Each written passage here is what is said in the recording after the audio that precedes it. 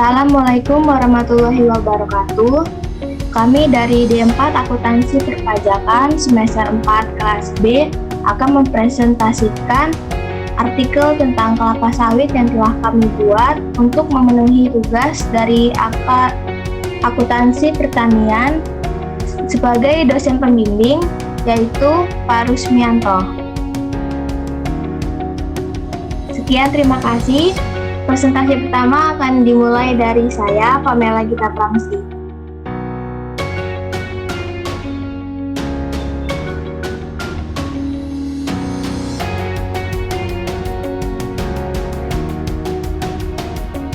Kelapa sawit. Apa itu kelapa sawit dan apa kegunaan dari menanam kelapa sawit di Indonesia? Kelapa sawit merupakan tumbuhan industri bahan baku penghasil minyak masak, minyak industri maupun bahan bakar yang sering dipakai di Indonesia. Indonesia adalah penghasil minyak kelapa sawit terbesar di dunia. Di Indonesia, penyebaran kelapa sawit ini banyak di daerah Aceh, pantai timur Sumatera, Jawa, Kalimantan, dan Sulawesi. Lantas, apakah kesiapan petani kecil dalam perkebunan kelapa sawit ini? Menurut penelitian yang dilakukan Rizky Amalia dan temannya yang menulis jurnal penelitian kesiapan petani kecil dalam perkebunan kelapa sawit, mereka mengambil sampel di Ophir, Kabupaten Pasaman Barat, Provinsi Sumatera Barat, dan didapat kesimpulan yaitu petani dalam program peremajaan dan pengembangan usaha dinilai melalui 3 kriteria, yaitu kemampuan membayar utang, itikat baik untuk bergabung dengan masyarakat, dan kapasitas kooperasi. Hasil penelitian ini menunjukkan bahwa perkebun di KPS Ophir pada dasarnya sudah siap dan layak dalam memperoleh pembiayaan dan mengikuti program peremajaan kelapa sawit.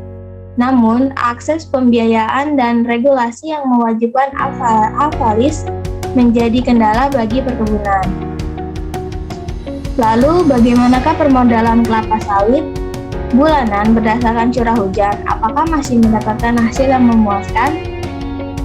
Berdasarkan hasil penelitian Iput Pradiko dan temannya yang menulis tentang jurnal penelitian tentang permodalan kelapa sawit bulanan berdasarkan hasil hujan, didapat kelapa sawit membutuhkan curah hujan yang merata sepanjang tahun untuk mencapai hasil penelitian yang optimal.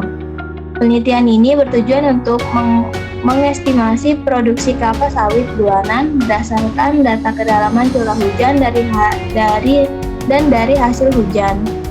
Maka, hasil analisis korelasi dapat digunakan untuk menyusun model persamaan untuk mengestimasi pola hasil bulanan.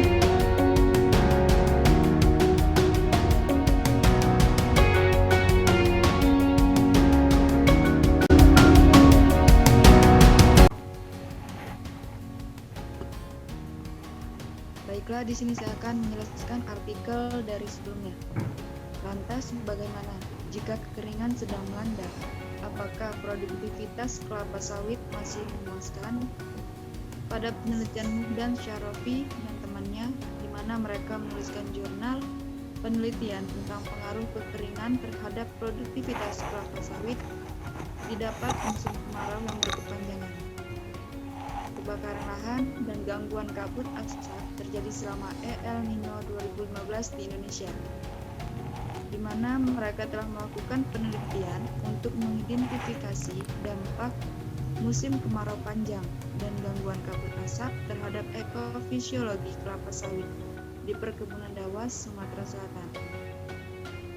Penelitian yang dilakukan dengan mengumpulkan data curah hujan, visibilitas, penambahan pelepah kelapa sawit, laju fotosintesis, radiasi aktif fotosintesis atau PAR, dan aktivitas Elaidorius camerensis pada kelapa sawit dewasa dan belum menghasilkan sebelum, selama, dan setelah terjadinya gangguan kekeringan dan kabut asap. Bagaimana dinamika air dan tahap bunga yang menentukan hasil kelapa sawit? Menurut Iman Yani Harahap dan temannya, di mana pada hasil penelitian mereka tentang dinamika air dan tahap bunga dalam menentukan hasil kelapa sawit didapat untuk mengidentifikasi fase perkembangan pembungaan yang paling menentukan hasil kelapa sawit dalam kaitannya dengan dinamika air. Telah dilakukan penelitian di kebun percobaan Balai Penelitian Kelapa Sawit Indonesia atau IOPRI di Tanjung Riau. Pada variabel yang diamati yakni parameter air yang meliputi curah hujan, tinggi muka air tanah, kadar air tanah, dan laju kenaikan air kapiler pada kedalaman tanah 0 sampai 200 cm. Pada hubungan parameter ini, air dan hasil kelapa sawit dianalisis dengan menggunakan statistik korelasi dan model regresi linear berganda. Pada analisis model linear berganda dilakukan dengan menggunakan teknik regresi.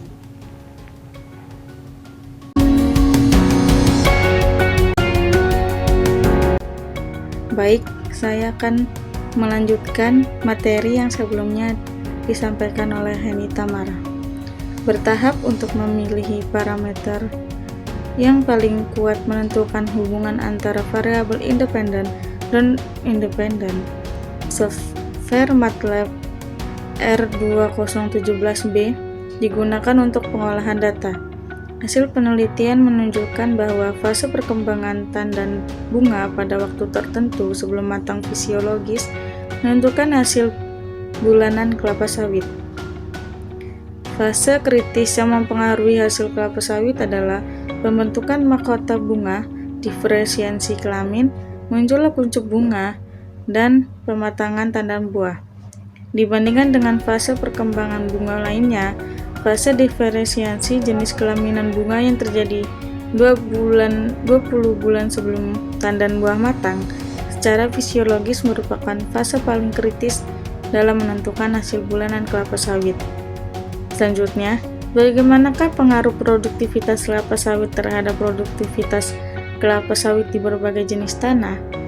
Menurut Adi Ardianto dan teman-teman yang melakukan penelitian dengan topik tersebut dan ditulis dalam jurnal penelitian mereka, mendapatkan hasil berbagai jenis tanah dan wilayah geografis perkebunan kelapa sawit menghasilkan variasi sifat fisik tanah. Perbedaan letak geografis selanjutnya mengakibatkan variasi jumlah curah hujan yang mempengaruhi keseimbangan air respon terhadap fluktuasi yang beragam dalam produktivitas kelapa sawit. Akibat variasi jenis tanah dan neraca air dapat dinilai melalui analisis korelasi antara parameter neraca air dan produktivitas kelapa sawit pada berbagai jenis tanah dan wilayah. Dalam penelitian ini, analisis neraca air dilakukan di 3 lokasi perkebunan kelapa sawit PT Bumi Tama Gunajaya Agro dengan metode Through Meter.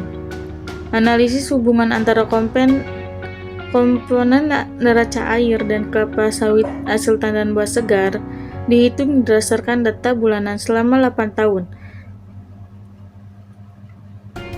Menggunakan analisis runtun waktu dan regresi bertahap untuk mencari model regresi terbaik.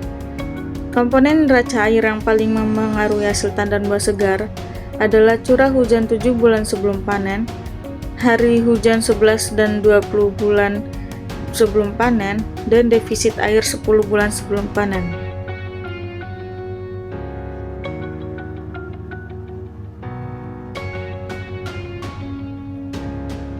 Baik, sekian, terima kasih.